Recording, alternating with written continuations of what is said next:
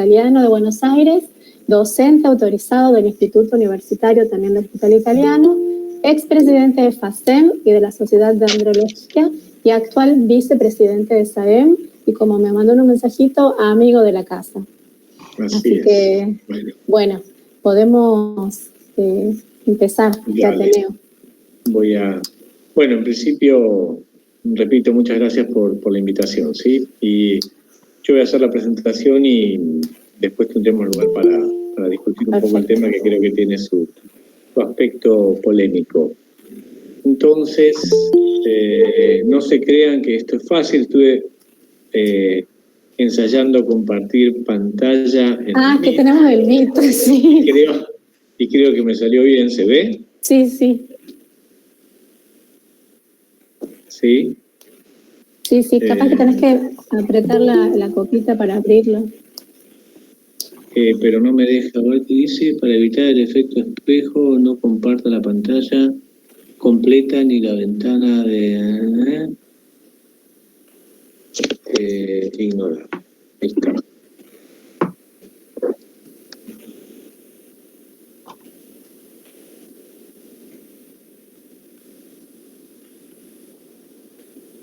No pasa nada, ¿no?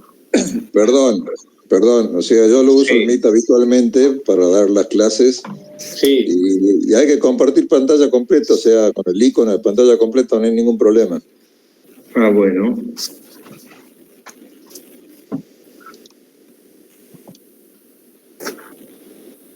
Entonces dejo de compartir y uso... No, ahí en la misma pantalla que había, poner el icono de pantalla completa y ahí se abre la pantalla. Por lo menos así lo hago yo.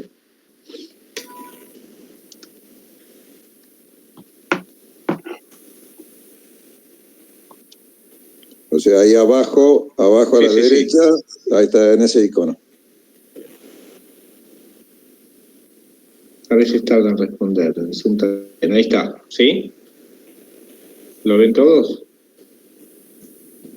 No, estamos viendo. Se ve, pero se ve no completa. ¿Cómo? Pero no completa. No. Igual sí se lee. No se ve como presentación, Pablo. Se ve como el PowerPoint con todos sus botones de configuraciones, todo eso. No se ve como presentación. Qué raro, ¿no? Porque yo lo veo como presentación. ¿Será que vamos a hacerlo de nuevo? ¿Ahí? ¿Tampoco? No. Veo que cliqueas, pero no se ve como presentación. No sé por qué. Y si lo abrís primero antes de compartirlo como presentación, capaz que... Bueno, vamos y a ahí hacer es poner pantalla.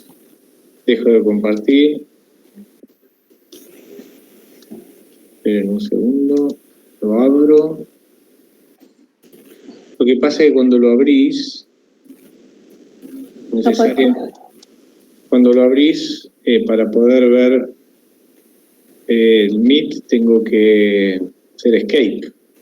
Claro. Y ahí se me vuelve a cerrar.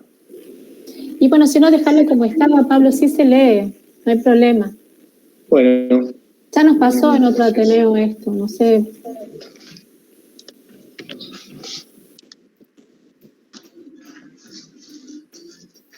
A ver si lo hago con F5, si cambia algo.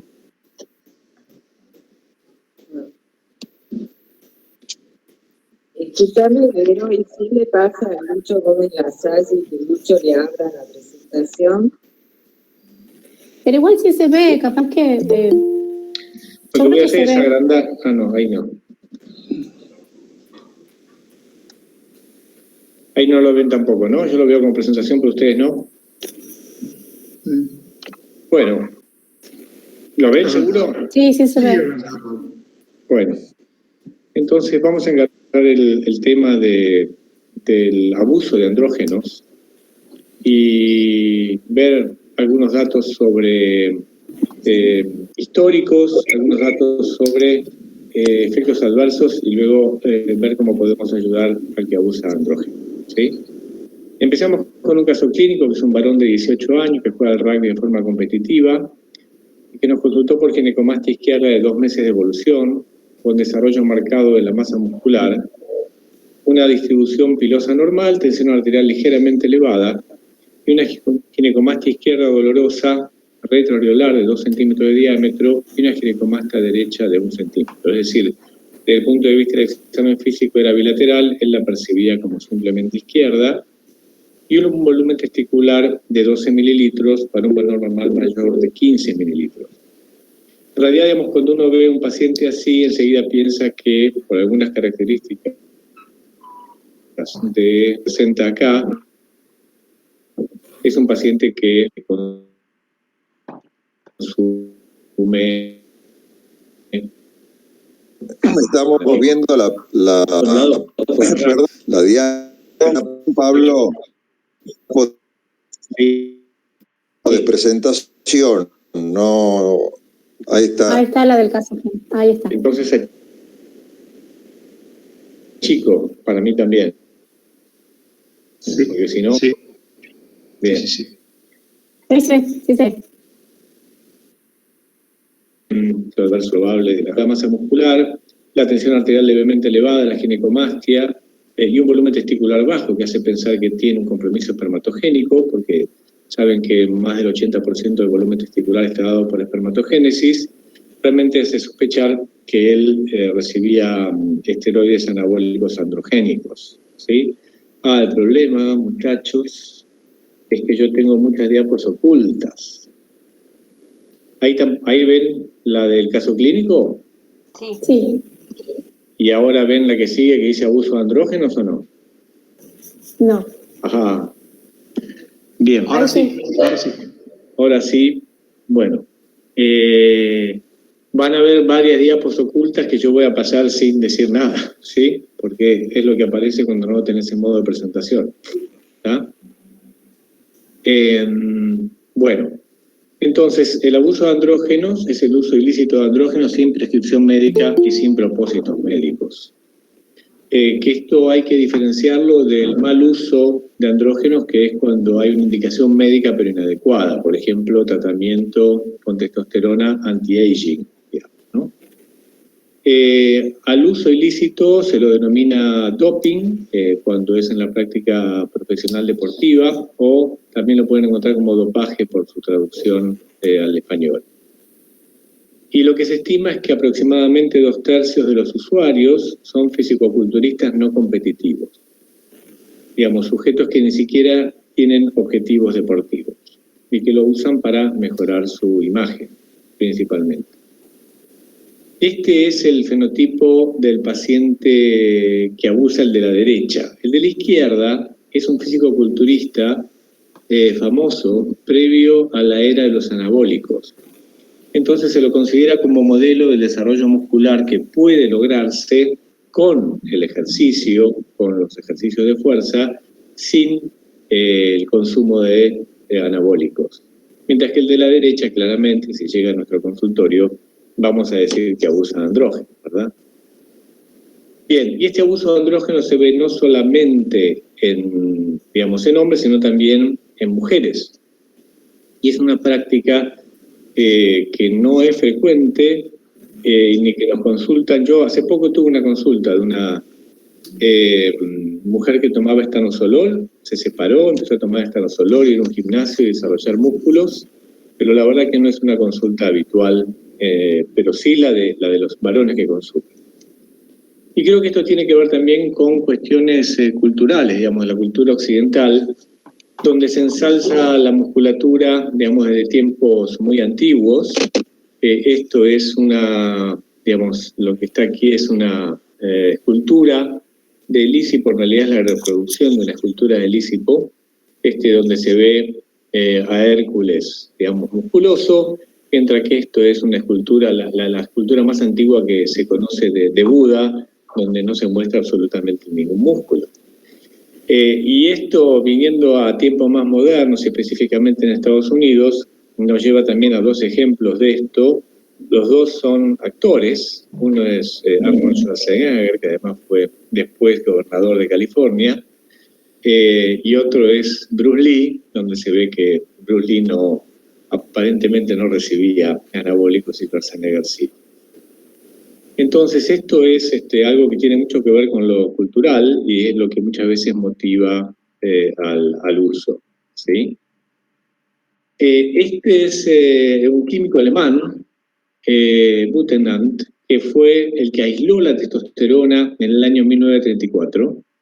Él también aisló la estrona, la androstenediona y la progesterona. Y el primer uso clínico de testosterona fue en el año 1937, a pesar de que se sabía que los testículos contenían una hormona que determinaba, digamos, la masculinidad. Pero la primera vez que se aisló a esta sustancia responsable de la masculinidad fue en el año 34. Él en el año 39 recibe el Premio Nobel de Química, pero el gobierno nazi lo obliga a rechazarlo y recién lo pudo aceptar en el año 1949. Bueno, después de esto viene la Segunda Guerra Mundial, de 1939 a 1945, y después de la Segunda Guerra Mundial viene la era de oro de los esteroides, que parte de 1946, 1950 a 1970. ¿Y por qué lo llamamos la era de oro? Por un lado, porque en 1950 se le da el premio Nobel a estos investigadores que aislaron los esteroides adrenales. En el 60 nacen los anticonceptivos orales, con toda la revolución que eso implicó, digamos, en cuanto a libertades sexuales femeninas. En el 61 se construye el muro de Berlín, y mucho antes de eso, digamos, aproximadamente en 1948, en 1950, había comenzado la Guerra Fría, que la Guerra Fría fue un enfrentamiento entre digamos, la cultura occidental capitalista y la cultura oriental comunista, digamos, la occidental liderada por Estados Unidos y la oriental por la URSS, la Unión de Repúblicas Socialistas Soviéticas. Y esta Guerra Fría implicaba no solamente una guerra económica y a veces incluso militar, sino también una guerra deportiva. Y había que ver quién ganaba más medallas en los Juegos Olímpicos, particularmente. Y esto llevó a que Alemania Oriental desarrollara un programa de doping a partir del año 60, que implicaba, digamos, la utilización de andrógenos, de anfetaminas y también de hormonas de crecimiento, porque muchas veces quien abusa de andrógenos, sobre todo el que lo hace con fines competitivos, también recibe hormonas de crecimiento y otras sustancias que son como mejoradoras del rendimiento. La historia del doping en realidad empieza antes del 60, en las Olimpiadas del 52 y 56, los levantadores de pesas soviéticos utilizaban esteroides anabólicos androgénicos, y entre el año 1960 y 1980 ocurrió esto de la preparación principalmente en mujeres para la competencia en las Olimpiadas con esteroides anabólicos androgénicos. Y en el 74, el Comité Olímpico Internacional prohíbe el uso de esteroides anabólicos y empieza a regular, digamos, esto y a incorporar año a año nuevas sustancias. Este tema se vuelve mucho más público, por decirlo de alguna manera, porque aparece en todas las tapas de los diarios, cuando este señor, que es Ben Johnson, canadiense, pero bueno, nacido en Jamaica, es descalificado por el dopaje después de ganar la final de los 100 metros llanos, bajando su propio récord mundial a 9.79 segundos en los Juegos Olímpicos de Seúl del 88. Y por el dopaje que le dio a los 72 horas se conoció de su triunfo, se conoció el resultado de que había tenido doping por estanosol y perdió el oro y el récord y 2 récords previos que tenía también. Y lo que se describe es que durante los 2 años previos a estos Juegos Olímpicos había aumentado 15 kilogramos de peso muscular, que obviamente creo que lo puede hacer. Si bien se puede lograr con testosterona un aumento, vamos a ver, significativo de masa muscular, pero digamos, con ejercicio, un aumento significativo, pero si tienen doping, esto es más marcado. Y bueno, y un dato de color es que en el año 97 fue contratado como entrenador personal de el Diego Armando Maradona. Bien. En 1990, luego de la caída del muro de Berlín, se desclasifican los archivos de la República Democrática Alemana sobre proyectos estatales del uso de esteroides anabólicos, y hay algunos papers publicados sobre el daño, digamos, en la salud que esto había producido en estas atletas alemanas. En este momento el doping está controlado por la WADA, la World Anti-Doping Agency, que en realidad pertenece al Comité Olímpico Internacional, que actualiza anualmente las listas de sustancias prohibidas para el deporte competitivo, ¿no? Bueno, acá esto lo voy a correr y después, porque estaba animado, teóricamente. ¿Cómo los clasificamos a los anabólicos? Bueno, los derivados de la testosterona, los derivados de la dihidrotestosterona y de la nandrolona.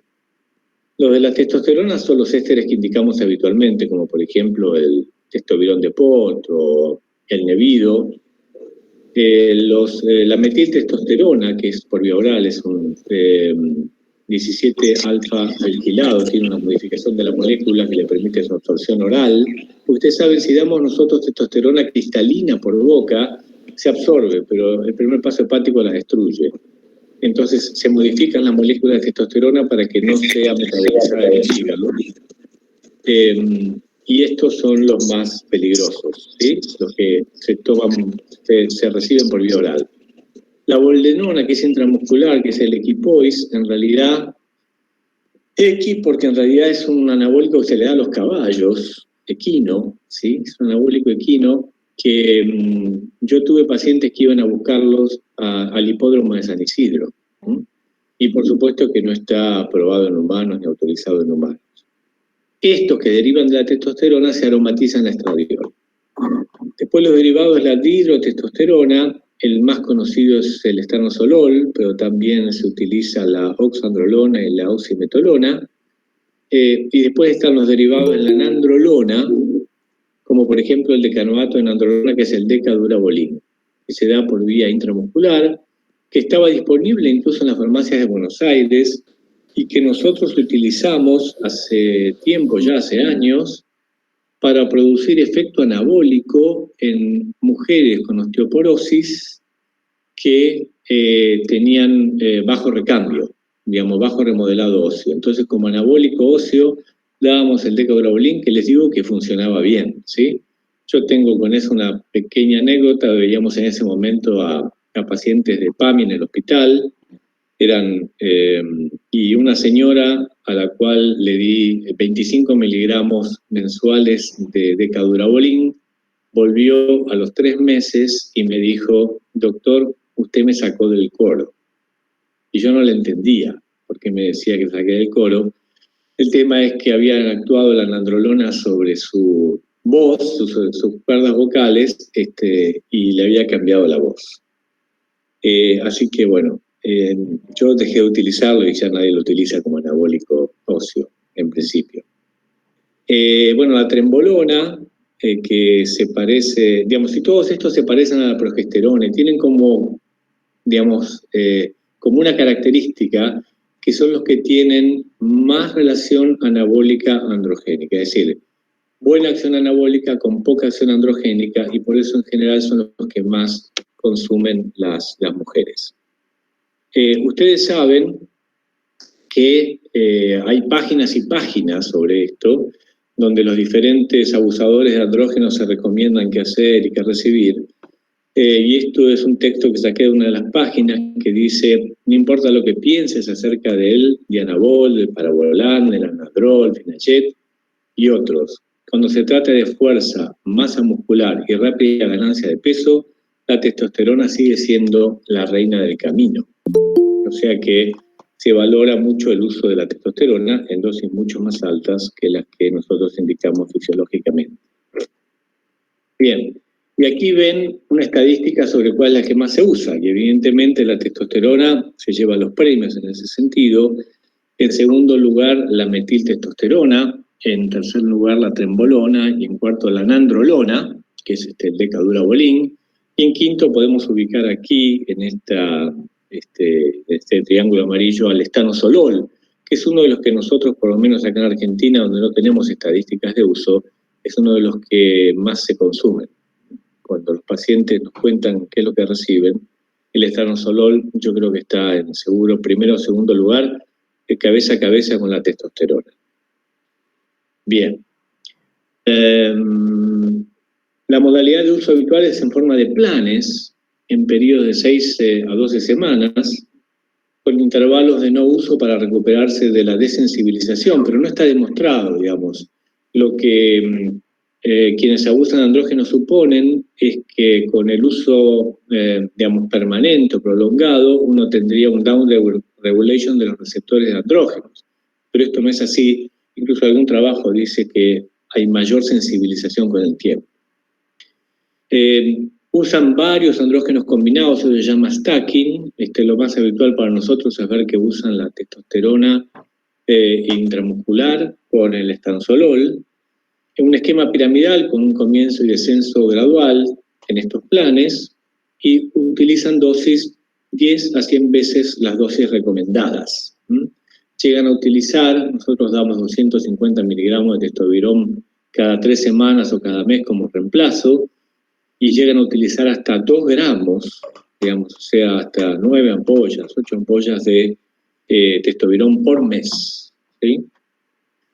Bueno, y ellos mismos a veces autoadministran gonotrofina coriónica y antiestrógenos para poder tener mayor actividad del eje y mayor actividad testicular, o no perder actividad testicular. Bien.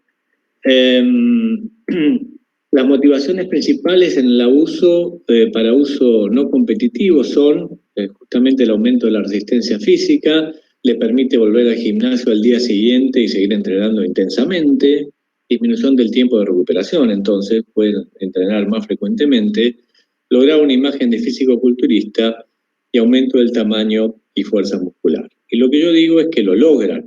Y la verdad es que esto lo hacen porque la testosterona y los andrógenos son efectivos en aumentar la masa muscular. Y este trabajo lo que muestra, que es un trabajo importante, publicado ya hace muchos años, es que aún en ausencia de ejercicio se aumenta la masa muscular y la fuerza. Lo que hicieron en este trabajo fue a 4 grupos de pacientes, 2 que recibían placebo y 2 grupos que recibían testosterona. En cada grupo había un grupo que hacía ejercicio y otro sin ejercicio. Les indicaron recibir 600 miligramos de enantato de testosterona intramuscular por semana. O sea que esto era, digamos, 4 veces aproximadamente o más. Sí. Lo que nosotros damos 250 miligramos por mes y ellos estaban recibiendo 1000, en 6 por 4, 24, 2.400, casi 10 veces lo que damos nosotros, por 10 semanas o placebo, con un programa de ejercicios con pesas. Y lo que encontraron es que efectivamente había un aumento del índice de masa corporal en los que recibían testosterona, independientemente de que hicieran o no hicieran ejercicio.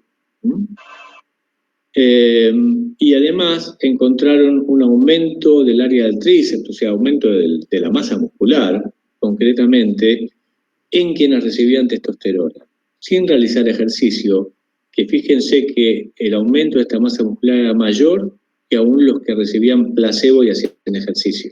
¿Sí? O sea que la testosterona por sí sola tiene un franco efecto miogénico.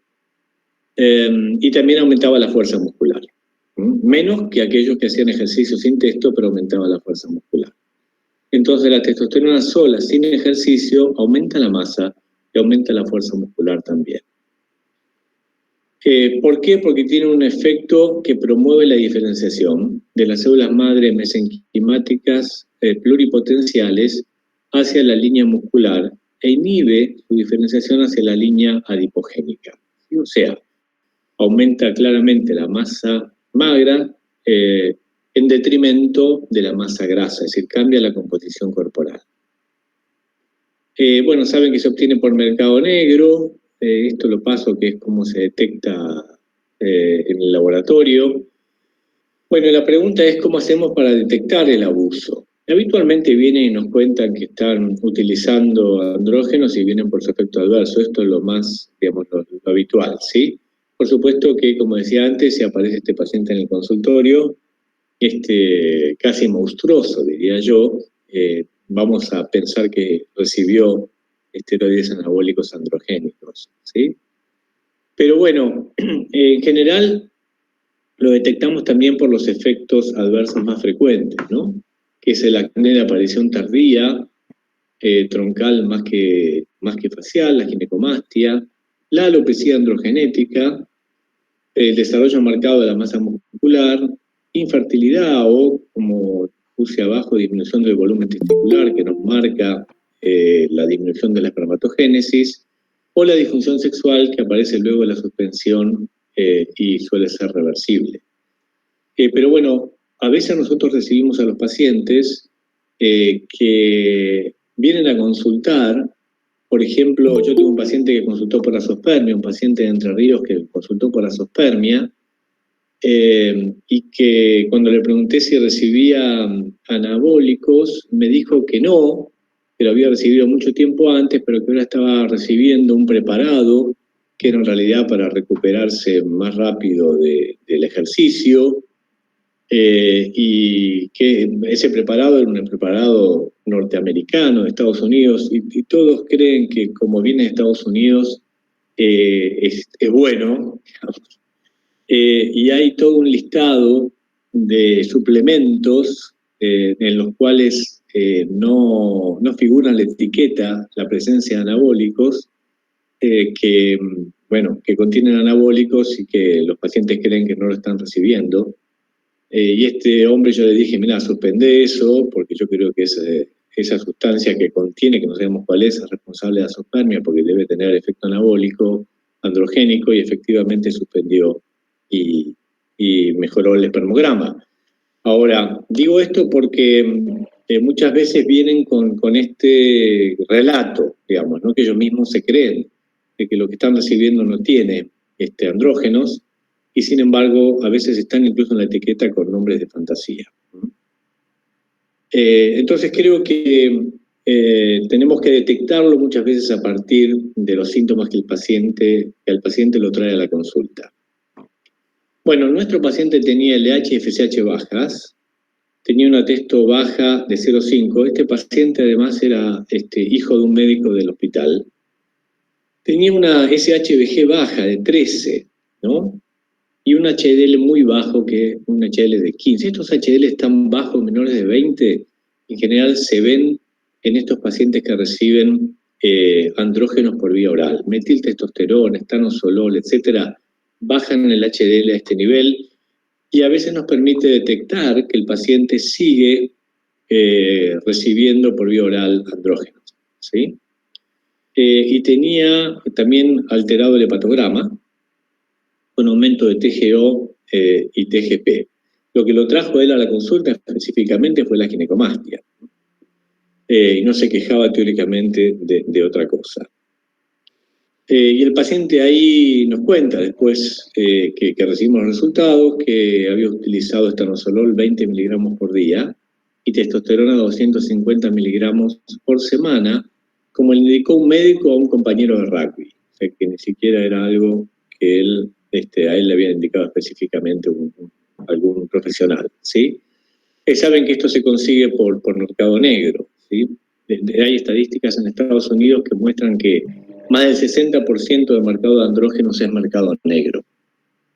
Él había suspendido la testosterona 6 semanas antes y el estarosolol 3 semanas antes del estudio de laboratorio, y a los 3 meses de suspender, en los controles que seguimos después realizando, mejoró la ginecomastia y el hepatograma se normalizó. Y a los 4 meses y medio, tenía testosterona plasmática normal. Y este es el tiempo medio de recuperación del eje, digamos, en términos de testosterona. Habitualmente mejoran, en promedio mejoran a los 4 o 5 meses de haber dejado el esteroide. Como efectos adversos, bueno, yo creo que los principales es la dependencia. Tienen un verdadero síndrome de adicción. De hecho, en el DSM, el último manual de diagnósticos psiquiátricos, le está descripta, digamos, como patología psiquiátrica la dependencia de andrógenos. Tienen efectos sobre el sistema nervioso central, y esto es lo que le ocurre a los patovicas que están en las puertas de los boliches y que terminan a veces matando a golpes a algunos de los que quieren entrar. que es la rabia de los esteroides, pero que también tiene que ver con una agresividad atribuible a la personalidad de base. Tiene mayor prevalencia de alteraciones del ánimo, está descrito, como vemos más abajo, la depresión como algo frecuente en estos hombres, y un 70% también tienen dependencia al alcohol. Y es más frecuente, por las lesiones que tienen, también la adicción a opioides. Y eso, los opioides pueden contribuir además a mayor inhibición del eje A1. Bien. Como otros efectos adversos serios están los cardiovasculares. Tienen un perfil lipídico alterado francamente, con aumento del LDL y disminución del HDL. Yo hace 2 o 3 semanas recibí un hombre de 50 y pico de años que hace 20 años recibía diariamente estanolol 20 miligramos. ¿Sí? Recibí, es un modo de decir, porque en realidad era teleconsulta, y ni siquiera andaba la cámara, o sea que yo no podía verle el aspecto físico, pero él se asustó porque el clínico le pidió un estudio de lípidos que no realizaba hace décadas, y encontró que tenía un colesterol elevadísimo, un HDL bajo, se asustó y vino a consultar a ver qué hacer. ¿Sí? Bien, o sea que esto determina una aterosclerosis prematura. Tienen trombosis por los cambios reológicos propios de la policitemia, y también puede haber alteración de los factores de coagulación por el efecto hepático que tienen los andrógenos. Bueno, pueden tener inestabilidad de la conducción eléctrica y tener arritmias, trastornos de la repolarización ventricular, cardiotoxicidad directa, está descrita la cardiotoxicidad directa, el stroke, y también mayor prevalencia de muerte súbita, aunque algunos cuestionan si la mayor, digamos, prevalencia de muerte súbita tiene que ver realmente con los anabólicos o con este ejercicio anaeróbico que habitualmente realizan. Nosotros tuvimos en nuestro hospital una muerte por un paciente que tenía 50 años, estaba recibiendo anabólicos, hizo una rhabdomiolisis, bueno, un cuadro muy, muy dramático con insuficiencia renal, falla multiorgánica, y lo único que se encontró es que como causa es que estaba recibiendo anabólicos. Otros efectos adversos serios son principalmente los derivados 17-alfa alquilados, estos como el estanolol, la metiltestosterona, que son tumores hepáticos en general benignos. Están descritos también mayor prevalencia de tumores malignos hepáticos, pero no es claro si realmente hay una causalidad con los anabólicos y si realmente tienen más prevalencia que en la población general. Sí se ve un cuadro más específico, que es la pilosis hepatis, que es la presencia de quistes hemorrágicos en el hígado. Y yo nunca lo vi esto, siempre les pido una ecografía hepática, pero es un cuadro que está descrito como una reacción idiosincrática a los esteroides. Y pueden tener hepatotoxicidad, como tenía nuestro paciente, con necrosis, incluso cuadros de colestasis. Y también esto es algo que encontré, digamos, en las páginas de internet, donde la oximetolona, que es uno de los derivados de la dihidrotestosterona, uno de los que abusan de andrógenos dicen, sinceramente, este anabólico no lo recomiendo, ya que hace muy mal al hígado. En realidad depende de cada uno. Quizás lo tomás y no te hace nada, o lo tomás y te pones amarillo. ¿Sí? O sea que esto, y además esto puede ocurrir aún después de mucho tiempo de uso. O sea que una de las cosas que tenemos que decirle a estos hombres es que por más que no hayan tenido después de años de uso efectos adversos serios, en algún momento lo pueden llegar a tener. Bien, entonces, ¿cuál es el rol del médico frente a estos cuadros?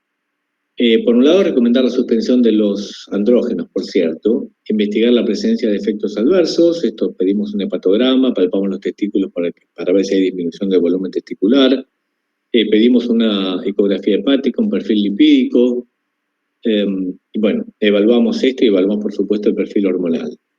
Interrogar por síntomas de ansiedad, depresión y o consumo de alcohol o drogas ilícitas, y derivar en caso de necesidad, y muchas veces tenemos que hacerlo. Explicarles que esto genera dependencia, y que ellos pueden tener un síndrome de abstinencia si no lo reciben, acompañar el proceso de suspensión, en ese caso, con o sin medicación que ayude, pongo ayuda entre comillas porque esto está discutido en la literatura, en qué medida realmente colabora a la recuperación del eje. Bien, tenemos distintas opciones sin evidencia científica suficiente en hombres que quieren suspender. Podemos suspender sin realizar ningún tratamiento médico. Esto puede generar lo que se llama hipogonadismo inducido por esteroides anabólicos. Podemos discontinuar, pero realizar un tratamiento limitado en el tiempo con clomifeno o con gonadotrofina coriónica humana. O podemos cambiar el esteroide anabólico por testosterona e ir bajando la dosis lentamente hasta que el paciente recupera su propio eje. Este es el artículo más importante en cuanto a recuperación de espermatogénesis luego de la suspensión, y lo que muestran estos autores son el espermograma en 21 controles normales donde tenía una concentración espermática, un recuento espermático cercano a 200 millones por mililitro. Este es el grupo verde, que es el grupo de controles sanos. Estos son aquellos que estaban recibiendo esteroides anabólicos en el momento de realizar este estudio, y estos son los que habían suspendido por lo menos 3 meses antes los anabólicos. Y lo que se ve que el tiempo medio el tiempo medio necesario para que el grupo que había recibido esteroides anabólicos y que había suspendido llegue a la misma concentración media que el grupo control son 14 meses. Esto no quiere decir que algunos recuperen antes la espermatogénesis. Fíjense acá, señor que tenía un recuento espermático altísimo, pero además yo quiero marcarles que si bien había algunos que estaban en rango de azoospermia, algunos de los que estaban recibiendo en ese momento los esteroides también tenían espermogramas que estaban, al menos desde el punto de vista del recuento, dentro de lo normal. O sea que no todos tienen el mismo compromiso del eje, y depende también del tiempo de uso y del tipo de esteroides que están recibiendo, pero esto, la verdad que no tenemos idea. No tenemos idea si recibir 5 meses de testosterona es peor que recibir 8 meses para la recuperación o para inhibir el eje, etc. ¿Sí? Bien, y si bien el tiempo de abuso sería determinante del tiempo de recuperación, más importante parece ser el tiempo de suspensión. Digamos, ¿eh? Cuanto más tiempo haya pasado desde que lo suspendí, más probable es que recupere la espermatogénesis. Que tenga la alteración de la espermatogénesis, ¿quiere decir que tiene alteración de la fertilidad? Bueno, este trabajo realizado en Dinamarca, publicado este año, muestra que sí, que tienen un 26% menor, tasa de fertilidad previo al diagnóstico del doping y solo 7% menor luego de la suspensión. O sea que van recuperando. Ustedes ven acá los rojos son los que, abusaban de andrógenos, dejan el abuso, empiezan a mejorar su tasa de fertilidad.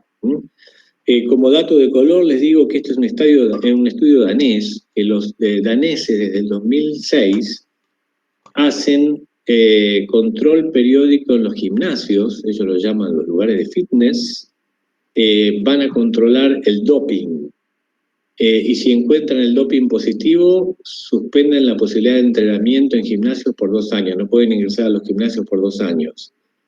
Y si el sujeto, se niega al doping, exactamente lo mismo, lo penalizan por 2 años. Por eso me ponen acá que se suspende después de la detección, de la suspensión. Es lo que encuentran. Ahora, si el hombre tiene deseo de fertilidad, esto es un esquema que propone Anawal, que es un referente de la andrología de Estados Unidos, y él propone, en caso de que haya buenos factores de pronóstico reproductivo, una mujer menor de 30 años, con ciclos regulares o con historia de fertilidad en los últimos 5 años, él propone simplemente suspender, esperar a la recuperación y 3 a 6 meses después de normalizar la testo, realizar el primer espermograma, recordando que el ciclo espermático dura aproximadamente 72 días, ¿no? Y que necesitamos por lo menos un ciclo, tal vez 2 ciclos espermáticos para ver algo de recuperación. De todos modos, siempre realizamos un espermograma inicial para ver cómo está el paciente. Pero si la mujer tiene más de 30 años, y sobre todo si tiene más de 35 o hay historia de infertilidad, entonces lo que proponen es un año, y si tienen menos de un año de uso de esteroides anabólicos, en ese caso suspender simplemente y ver si recupera rápidamente, y si tienen más de un año de uso de esteroides, intentar ayudarlo con clomifeno o gonadotrofina coriónica.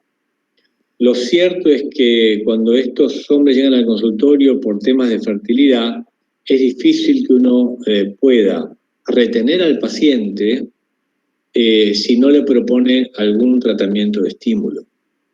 Esto es por lo menos mi experiencia, digamos. Aquellos que nosotros les decimos, mira, suspendete, vamos a hacer unos espermogramas, a ver cómo recuperás, etcétera, habitualmente no vuelven.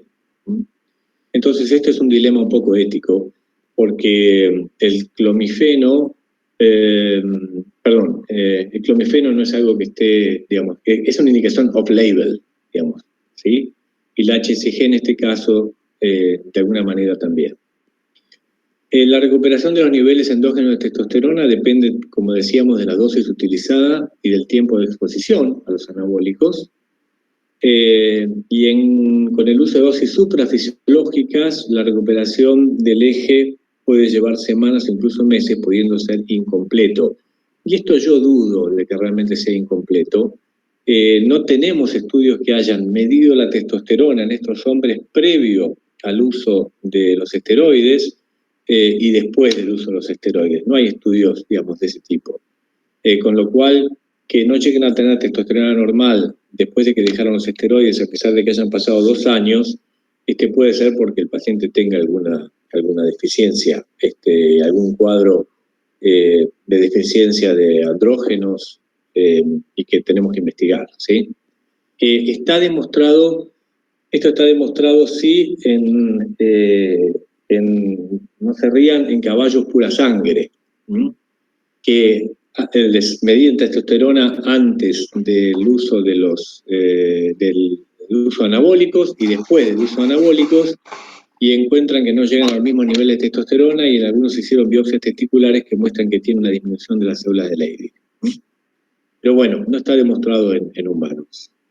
Este es un esquema de tratamiento del hipogonadismo inducido por esteroides anabólicos. Está publicado en un Fertility and Sterility del año 2014, y la verdad que es un poquito confuso.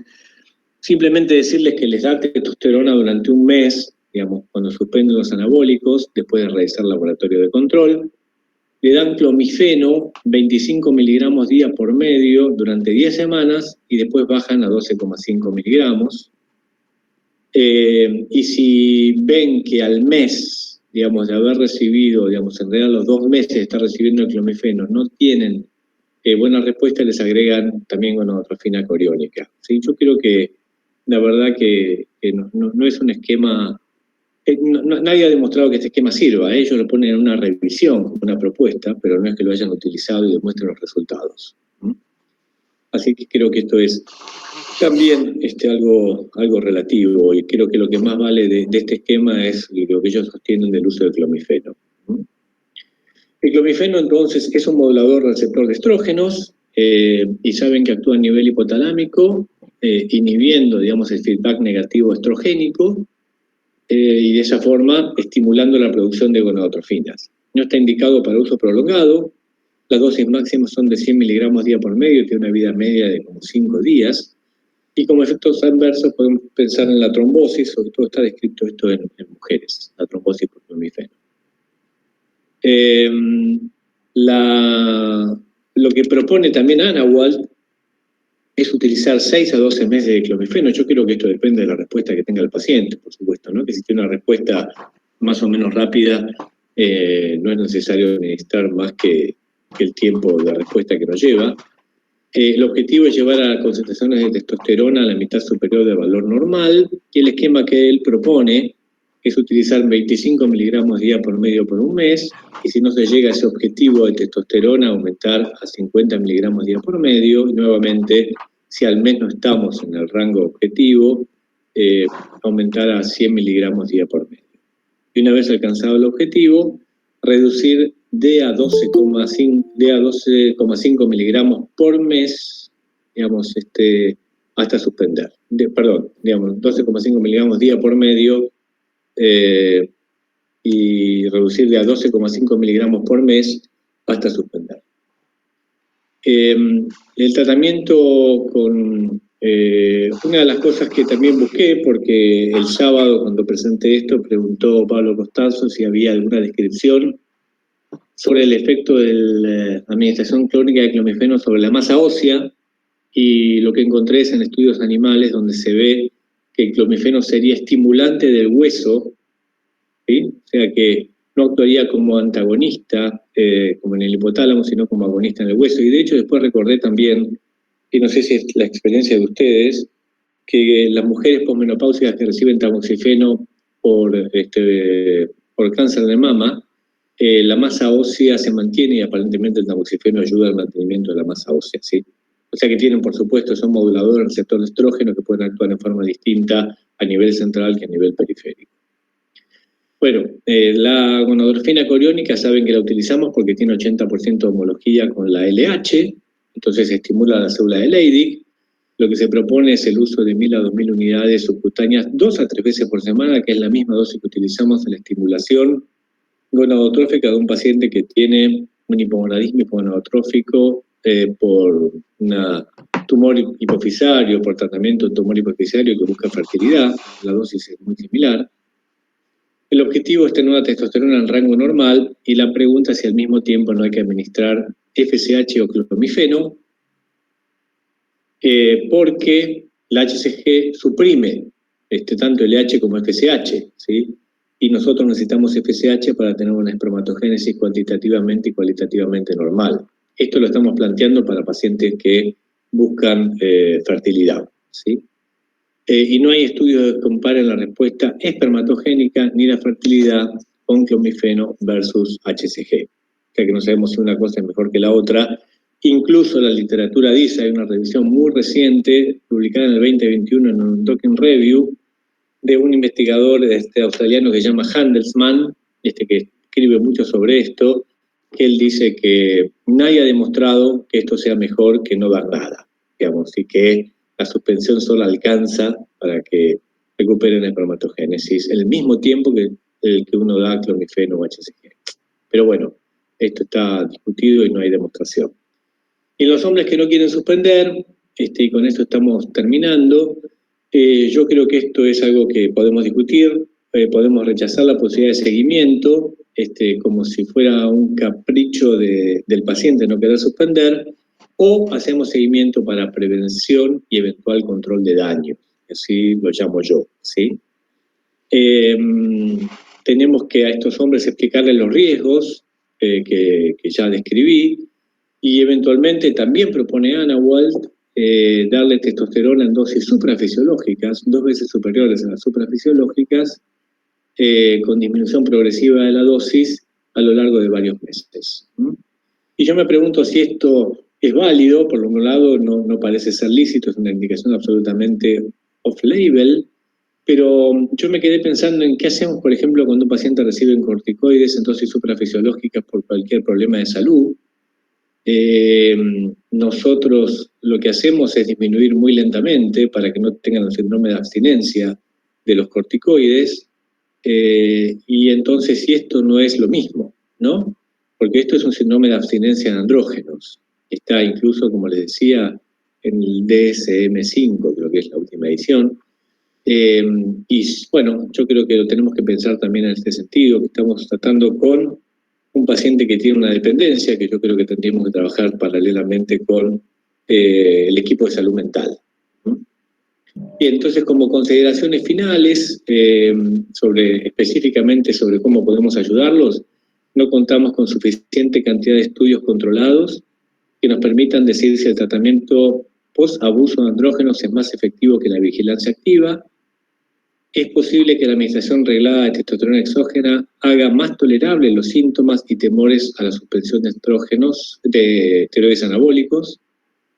Y muchas veces estos pacientes, la sensación que tenemos nosotros es que vienen a pedirnos que nosotros les recetemos la testosterona, digamos, de tal forma que no la tengan que conseguir al mercado negro, que la consigan con descuento, ¿no? Y esto es una situación bastante conflictiva. La administración de clomifeno y OHCG en hombres que suspenden los esteroides y buscan fertilidad puede ser una opción de tratamiento en parejas que tienen factores evidentes de menor potencial reproductivo. Bueno, eso es todo. Perdón por esto de no poder poner en presentación, pero bueno, la virtualidad tiene sus fallas. Así es. Muchas gracias, Pablo. Te hago una consulta. Cuando vos hablas de darle testosterona, en esto de no rechazar la consulta y decir, bueno, te acompaño en el seguimiento, te explico los factores de riesgo, darle la testo en dosis suprafisiológica sería un poco para evitar el hipogonadismo hipogonadotrófico y que no lleguen a esa situación y mantenerlos con una testo valores en el límite superior o levemente superior en la medición del laboratorio. Eso me imagino que se refiere... Sí, yo creo que no intentaría entrar a dosis suprafisiológicas como propone este Anawal, pero sí plantearía un reemplazo hormonal, en principio. Okay. ¿Sí? O la verdad es que lo que yo suelo hacer muy frecuentemente es la administración de clomifeno. A ver, nosotros tenemos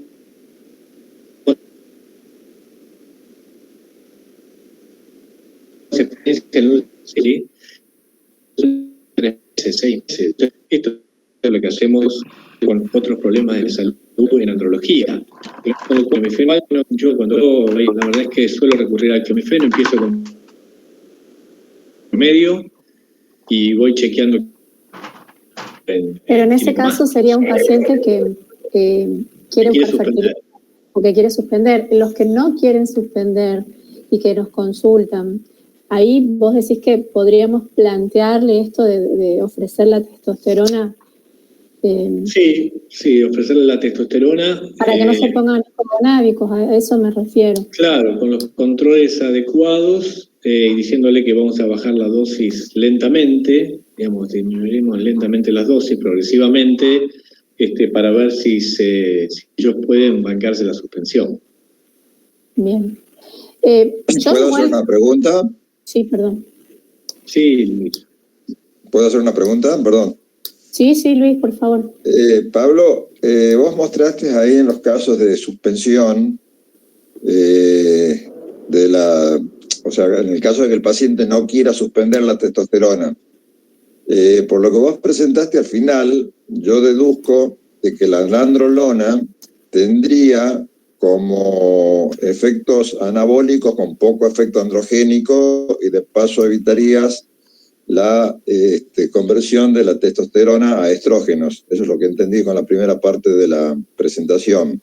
Sí. En ese caso, como alternativa, digamos, ¿no se le podría ofrecer la nandrolona para la suspensión con algún beneficio? O sea, no conozco el tema. No, porque, a ver, una cosa que hay que remarcar que todos tienen acción androgénica, o sea que todos inhiben el eje. Todos inhiben el eje, absolutamente, ¿sí? Y la nandrolona, que es un derivado de la progesterona, por sí misma también es capaz de inhibir el eje más allá de su efecto androgénico, ¿viste? Como los progestágenos, que son muy inhibidores de LH y FSH. O sea que nosotros no lo sacaríamos, digamos, del efecto androgénico ni le permitiríamos una recuperación dándole la nandrolona. Sí, esa es tu pregunta, ¿no? Sí, perfecto, entendido. Gracias. Pablo, ¿vos pensás que en realidad los pacientes no nos consultan a nosotros no nos consultan mucho para continuar el tratamiento? Creo que saben muchos que la respuesta va a ser bajar la dosis, suspender, tratar de evitar las complicaciones. Pero con esto que planteas de poder usar testosterona en dosis fisiológica, quizás sea una manera, pero igual creo que no quieren suspender. Los que están, por lo menos los pacientes que yo atendí, no quieren suspender en ningún momento. No. Entonces ahí uno siente como esa impotencia, bueno, te va a hacer mal, necesito que hagamos algo. Sí, bueno. Pero no dejarlo al paciente, o sea, es como... Yo, mira, este señor que yo vi hace poquito con el estanozolol, en el cual ya vi los resultados del laboratorio, que me trajo de vuelta, etcétera, donde había suspendido un tiempo y había mejorado los lípidos, ¿sí? Me dijo, yo voy a volver a tomar, pero no en forma constante, porque venía tomando en forma constante, lo voy a hacer, yo voy a tomar noviembre y diciembre, porque muchas veces tiene que ver con llegar a la playa o a la pileta con muchos músculos, ¿sí? Entonces se acrecienta el uso en esas épocas del año. Y yo le dije, bueno, entiendo, digamos, te aconsejo, esto genera dependencia, te aconsejo que hagas una consulta psicológica, digamos, esto, ¿está? No lo podés obligar, pero sí que tenga un acompañamiento psicológico y también te voy a, digamos, controlar el hepatograma nuevamente antes de que empieces con, digamos, con el estanozolol y cuando, digamos, estés recibiéndolo, digamos, ¿sí? Para ver, para controlarlo, porque, bueno, si llega a tener un hepatograma más alterado que el que yo vi, bueno, decirle, ser más enfático en la suspensión, etcétera, porque yo lo homologaba también esto a un tabaquista, ¿no? El neumonólogo no se deshace del tabaquista. No, tal cual. Lo sigue y lo controla, es un adicto, digamos, ¿no? Tal vez tendríamos que hacer grupos de autoayuda, para los que reciben, digo, porque estas son cosas que ayudan en el tabaquismo y ayudan, pero bueno, como suele ser mucho menos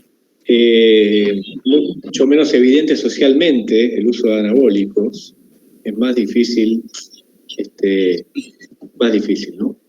A mí me pasó con un paciente que consultó por alteración del hepatograma y lo que yo había visto era la HDL muy bajita. Entonces le pregunté, él estaba con la esposa, me dijo que él no consumía nada, me lo negó a muerte y después cuando se fue volvió solo y me dijo que no lo quería contar delante de la esposa, pero él estaba usando algunos anabólicos porque estaba por competir en una competencia de bici. Pero bueno, fue ver el patrón bioquímico como para esa sospecha y poder interrogar un poquito más y poder explicar los riesgos, pero él solamente lo usaba para competir, no era un uso crónico, era como intermitente, sí. Pero fue así el patrón bioquímico, HDL muy bajita y alterado el hepatograma. Yo tengo una consulta. Sí. ¿Qué tal? Sí. Quería consultar en el caso de que acompañemos el uso, o sea, que el paciente vaya a controlarse, pero que no quiera dejar de usar y lo use de manera crónica, arreglada, programada, etcétera, como ya saben ellos hacerlo. ¿Cada cuánto tendría que pedir el perfil hepático, el colesterol, etcétera? Y en el caso de que tenga una dislipemia importante, le doy también hipolipemiante, me imagino, o sea, vamos tratando los síntomas. Y por otro lado, perdón, sigo con la pregunta, sí. En caso de que decida abandonar, ¿cómo hacemos el tratamiento del síndrome de abstinencia? ¿O tenemos que hacer una evaluación psiquiátrica y hacerlo en conjunto? ¿Cómo se puede ayudar ahí? Sí, en relación a tu primera pregunta, la verdad que no, ni siquiera está escrito eso, digamos, de cómo uno debe hacer, digamos, con qué periodicidad uno tiene que hacer los controles o en qué momento, ¿no? Si lo utilizan en forma de planes, que la mayoría de ellos lo utilizan en forma de planes, o sea, de forma periódica, lo que yo les pido es que hagan un control intraconsumo, digamos, ¿sí? Sí. Y un control posterior para ver recuperación. Ajá. En ningún lugar encontré escrito que uno deba utilizar, digamos, cómo utilizar o cuándo utilizar o que debas utilizar estatinas para controlar el perfil lipídico de estos hombres, ¿sí? Claro, es que en realidad deberían dejarlo, digamos. Sí, es que en realidad está descrito que tiene una aterogénesis prematura, con lo cual uno debería hacer algo, digamos, ¿sí? La verdad que yo en lo personal nunca indiqué, digamos, estatinas, pero si se lo sigue utilizando y tiene estos perfiles lipídicos tan alterados, creo que... ¿Alguna protección cardiovascular? ¿Cómo? ¿Alguna protección cardiovascular? Sí, pero Pablo, al mismo tiempo sí. uno sabe que puede tener, digamos, que puede tener una miositis por estatinas, sí. en estos pacientes que tienen tanto acción, digamos, muscular, ¿no? Pablo, ¿y a los cuántos años más o menos uno puede estimar que podría aparecer una complicación cardiovascular por el uso crónico de estos esteroides? ¿Está descrito? En general, sí. A ver, esto es lo que a mí me gustaría que hiciéramos todos, digamos. Yo hace tiempo que vengo pensando en que desde FASEM tendríamos que generar un registro de efectos adversos. Por lo menos eso, tener un registro de efectos adversos, de qué están recibiendo, qué efectos adversos tienen, empezar a conocer más un poco esta población, ¿no? La complicación cardiovascular en general aparece más tempranamente que en otras poblaciones, digamos, alrededor de la sexta década, o sea, después de los 50 años. Pero bueno, tal vez ya a los 50 tenés manifestaciones de aterosclerosis, más sintomática, quiero decir, ¿no? Sería conveniente entonces pedirle un ecodoppler, un eco de vasos de cuello, algo de eso a estos pacientes. Sí, que tengan un control cardiológico también, absolutamente. Bien. Pablo, otra duda que tengo, ¿es muy común el uso concomitante con hormona de crecimiento en estos pacientes? No en mi experiencia. Yo creo que por la hormona de crecimiento es cara. Por la cuestión de costos, claro. De costos, ¿sí? No una experiencia, creo que sí, porque yo decía que yo no tengo experiencia, la verdad que yo no veo deportistas competitivos que usen esto, pero en general veo los que abusan por elegancia, por decirlo de alguna manera. Pero y los que sí usan hormona de crecimiento son los deportistas competitivos. Claro. Que tienen sponsoreo, etcétera. Bueno, el famoso caso también de Armstrong, el ciclista que perdió todos sus títulos y tuvo que devolver la plata después de que bueno, en ese caso yo creo que usan hormona de crecimiento porque tienen quien las banque. Claro. Esos pacientes no llegan a nosotros, al consultorio. Yo eso no los veo. Claro. No los veo. Acá hay una pregunta, Pablo, de uno de los del doctor Palleras. Pregunta, ¿cuánto tiempo esperamos para la recuperación del eje cuando suspendemos los esteroides, estos anabólicos? Mira, el tiempo medio descripto es eso, 4 meses y medio, 5 meses a que recuperen el eje y tengan testosterona en rango normal, ¿sí? Si uno ve que, digamos, la indicación es que si al año no recuperaron el eje, algunos pueden tardar hasta 1 año y medio, 2 años, ¿sí? Pero si al año no recuperaron el eje, que uno investigue otras causas de hipogradía. Okay. Bien.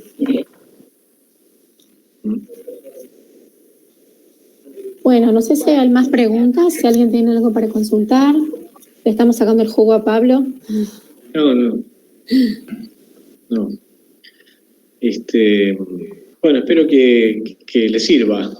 Sí. Y voy a ver si encaro esto de un registro. Lo que pasa es que el registro tiene algunas aristas legales que uno tiene que sortear.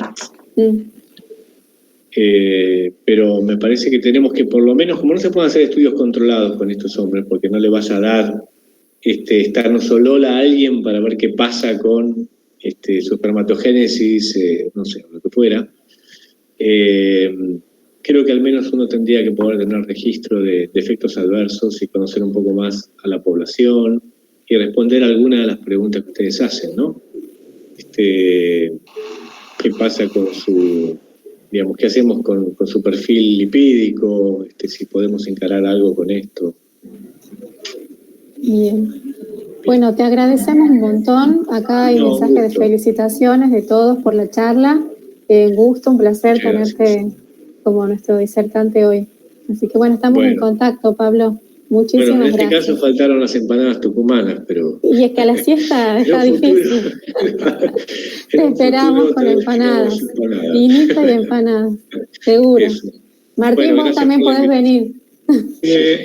Si la empanada tiene que ser santiagueña, si no, no voy. Y como estoy en minoría, no quiero empezar un debate que no puedo sostener. La empanada santiagueña no entra en el ranking de ninguna manera, así que lo lamento. Bueno, esto se está poniendo personal, me voy a ir de la reunión. Bueno, muchas gracias a todos los participantes. Un beso grande. Hasta luego. Chao.